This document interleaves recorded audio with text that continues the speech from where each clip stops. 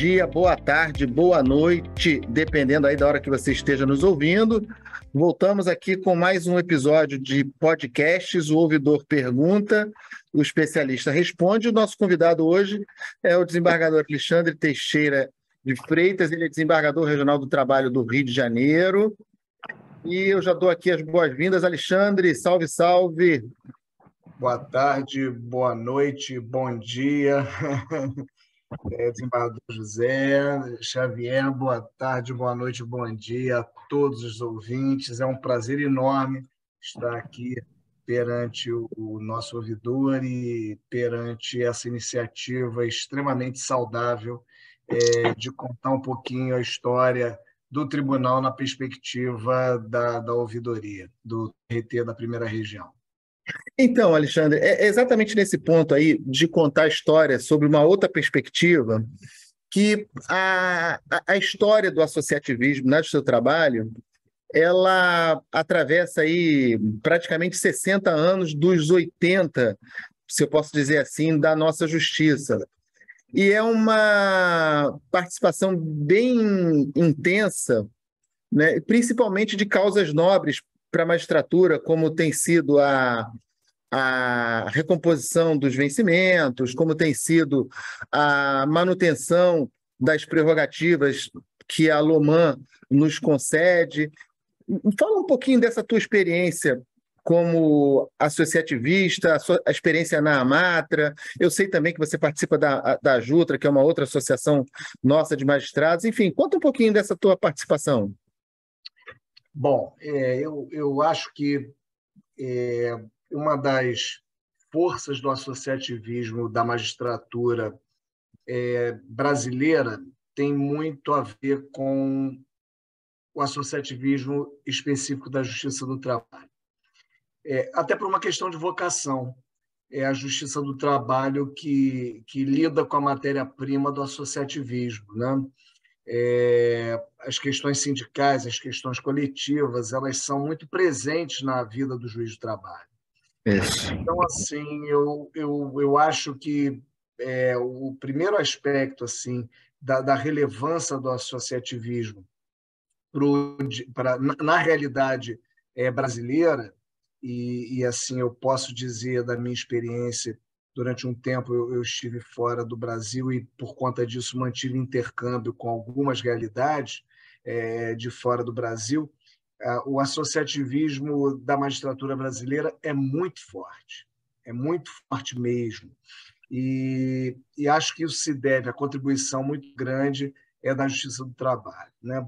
Então, assim, eu penso que muito do direito do trabalho passa por essa perspectiva do direito coletivo, e nessa perspectiva do direito coletivo, os magistrados do trabalho vivenciam aquilo que eles acabam lidando no estudo, nos processos, eles acabam vivenciando também através das suas associações, né? É a teoria e a prática, né, que caminham juntas nessa hora, né? Exato, e assim, um processo de construção também que caminhou ao longo desse tempo bastante de mãos juntas. O que eu quero dizer com isso? Você comentava que o movimento associativo tem aí uma história de algo em torno de 60 anos e o direito do trabalho codificado a partir dessa perspectiva de CLT e etc., algo próximo de 80, ou seja, eles são muito contemporâneos, né? Perfeito, exatamente. E aí a gente percebe que há uma construção, isso é bastante notável, há uma construção do direito do trabalho através de um debate que aconteceu dentro das associações. Por quê? O trabalho do juiz, e aí eu não falo do desembargador, não, mas do grande contingente de magistrados, é um trabalho muito individual, né? É historicamente um trabalho individual. O juiz decide controvérsias, decide a vida das pessoas e acaba tendo que fazer isso sozinho.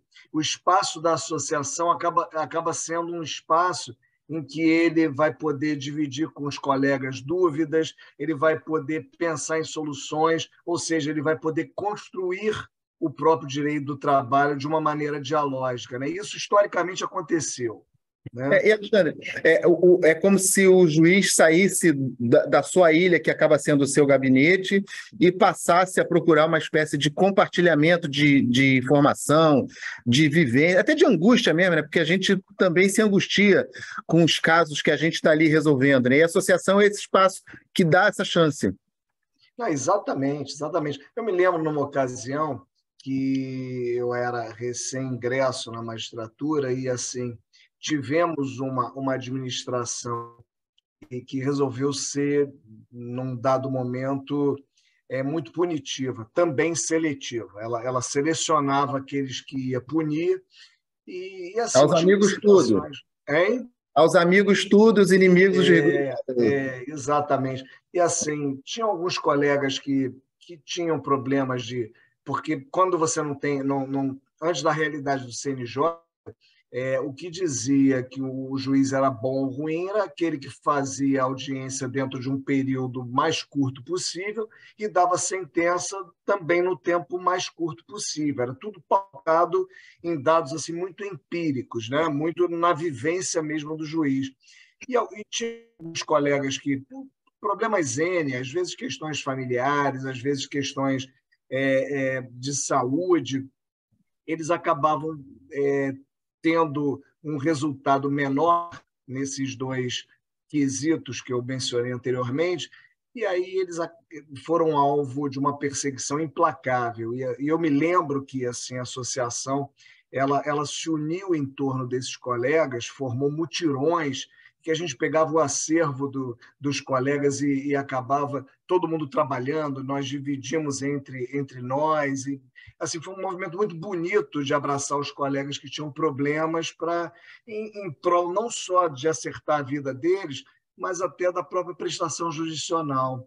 Então, assim, quando você fala de que a associação é um espaço de divisão de angústias, me ocorre esse exemplo, assim, que ele foi bem marcante, né, nesses mutirões e etc. E fora outras pautas políticas mesmo, né?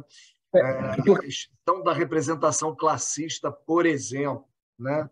Foi uma das bandeiras, né? Verdade. Não, exato. E assim, a gente só percebe que a representação classista era um problema na perspectiva da associação. Por quê?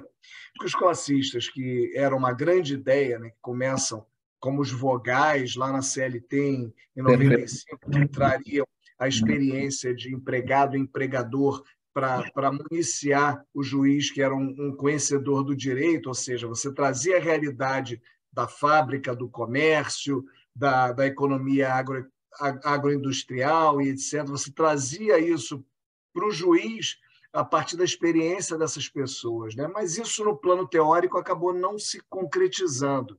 Pelo menos assim, o que eu conheço de vivência não se concretizou.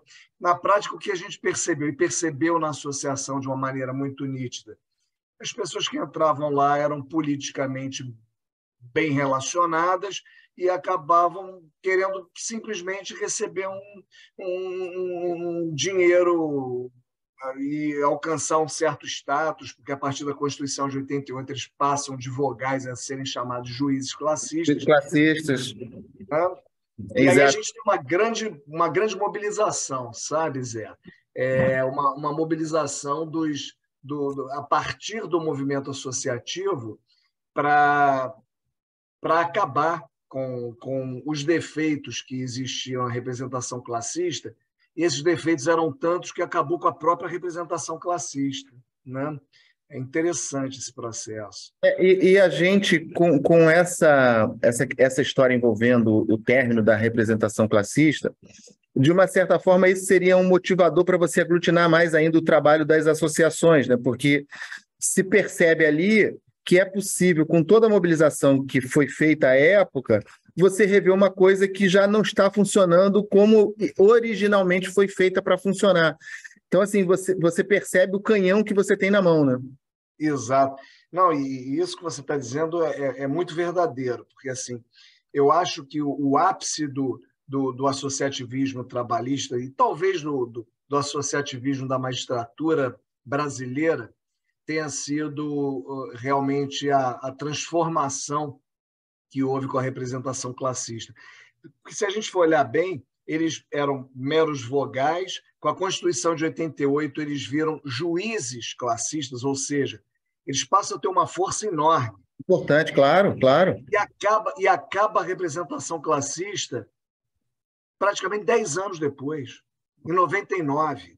Né? Então, você vê como é que o poder da mobilização dos magistrados, essa troca de experiências, essa união que você colocou muito bem, ela teve um efeito enorme, porque uma categoria que vem com muita força na Constituição originária, numa reforma constitucional, ela deixa de existir num período histórico, se a gente for parar para pensar, muito curto. É verdade. Pouco mais de 10 anos. Né? E, na minha opinião, Zé, já que a gente está falando dos classistas, coincidentemente, e aí entram aqueles paradoxos da história, né?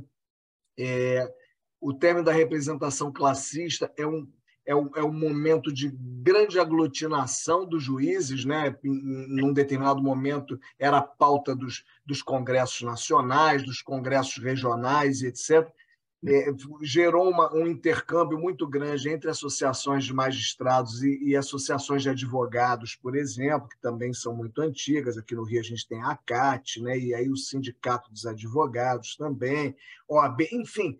Houve uma interlocução muito grande entre os atores sociais que circulavam pelo Poder Judiciário, mas, ao mesmo tempo, quando a gente consegue isso, é como se deixasse de existir esse grande elemento aglutinador. Então, a gente começa a ter uma certa... Eu acho assim que o fim da representação classista é um primeiro elemento que, na época, a gente não percebia de uma maneira tão flagrante. Não era tão escancarada. Não era. Naquele momento, a gente não percebia que, assim, que a gente começava a ter uma certa desmobilização do movimento associativo. Mas... hoje, para mim, isso é muito claro, que a gente começa a ter uma desmobilização do movimento associativo a partir do término da grande bandeira que unia os magistrados, que era eu vou usar o termo inimigo, mas óbvio que não é inimigo, e não é nada pessoal, claro que não. classistas que realmente contribuíram e etc. A gente está falando de uma questão institucional, né? Não de pessoas. Né?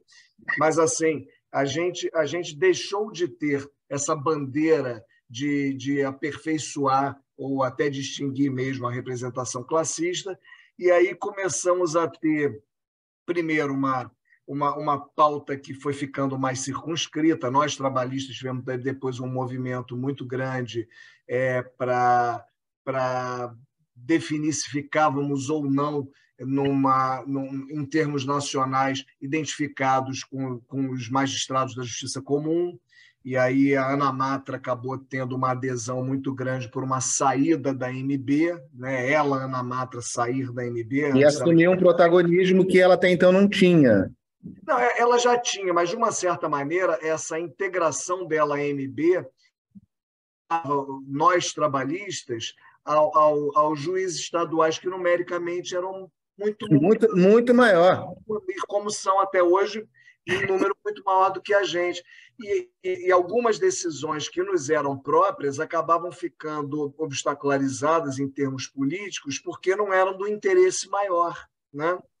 Então, assim, e eu também peguei esse processo na presidência da Amatra. Eu era o presidente da Amatra quando houve esse movimento. E, curiosamente, apesar de eu, Alexandre, ser favorável pessoalmente a nós sairmos, naquela ocasião, da MB, a decisão da Amatra do Rio, a gente tinha uma vinculação muito boa, a gente tinha uma circulação muito boa com a MB, principalmente aqui no Rio, na época o Luiz Fernando, que tinha sido recentemente presidente da MB, era muito próximo da gente, nós trabalhistas, né? A gente tinha uma interface, um diálogo muito bom com a Amaerge, o Luiz Felipe Salomão, a própria Andréa Pachá, era essa turma que nessa época era minha contemporânea. Então, a gente no Rio, a gente acabou optando por ficar, e enfim, acho que saiu depois. Esse processo eu não me lembro, mas eu me lembro bem que nós não saímos porque eu acabei vivenciando uma situação bastante interessante. Tomei muita pancada dentro da Ana Matra, porque a Matra do Rio, com a importância dela, acabou não aderindo a esse movimento de saída da AMB, embora eu, Alexandre, particularmente, o presidente da associação, fosse simpático à ideia. Mas, enfim, são coisas da política, e na política associativa não é diferente. Né? Alexandre, só para complementar a informação, o Luiz Fernando é o Luiz Fernando Ribeiro de Carvalho, que foi o Luiz Fernando Carvalho, exato. Foi presidente também aqui da AMAERJ, do Museu da Justiça também. É um camarada assim que tem o associativismo na veia, né? Se é que a gente pode falar assim.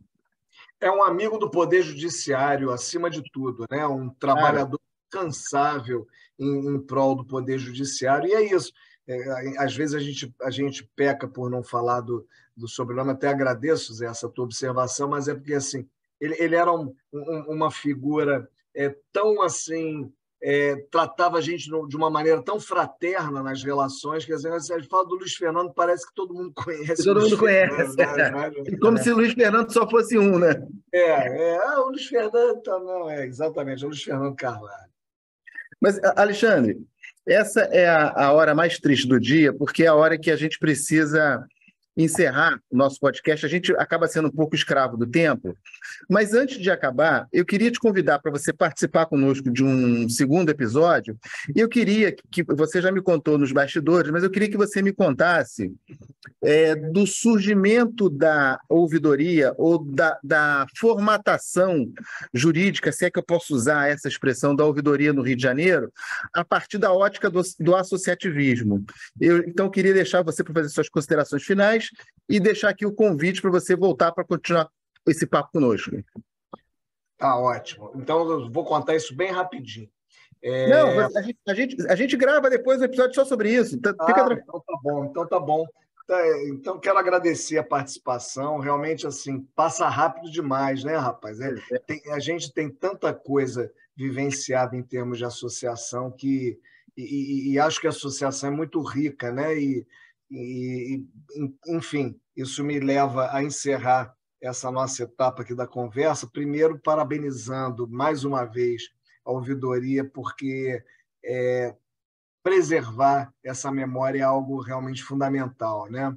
E preservar a memória da associação ou do movimento associativo é uma forma da gente estar preservando a memória da própria Justiça do Trabalho, né? E a Justiça do Trabalho, que eu sempre digo, onde vou,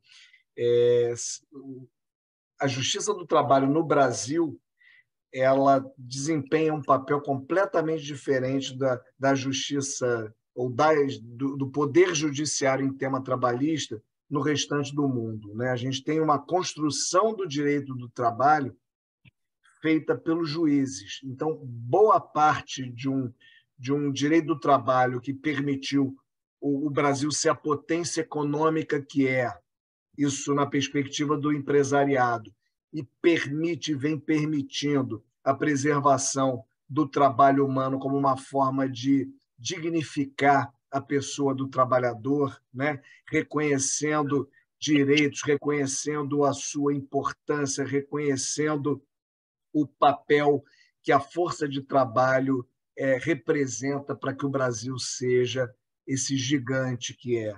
A Justiça do Trabalho ela tem uma contribuição enorme em relação a isso. E a Justiça do Trabalho, quem é? São os magistrados e servidores que acompanham, né? É isso aí. Um abraço para todos. Obrigado. Bom, a conversa de hoje foi um papo super agradável com Alexandre Teixeira de Freitas Bastos Cunha. Ele é desembargador do trabalho aqui no Rio de Janeiro. E, Alexandre, a gente aqui nesse podcast, nessa temporada, a gente está numa campanha fervorosa para participar do Grammy de melhor podcast do planeta. Então, eu queria terminar aqui esse episódio fazendo a citação de uns versos de uma canção muito famosa de Paulinho da Viola. E ele fala assim: e quanto mais remo, mais rezo, para nunca mais se acabar essa viagem que faz o mar em torno do mar. Meu velho um dia falou, com seu jeito de avisar: olha, O mar não tem cabelos que a gente possa agarrar. Pessoal, muito obrigado e continue as audições lá da gente no podcast, no Spotify, no Google Cast, no Apple Cast e também na Escola Judicial no canal do YouTube. Obrigado e voltamos em breve.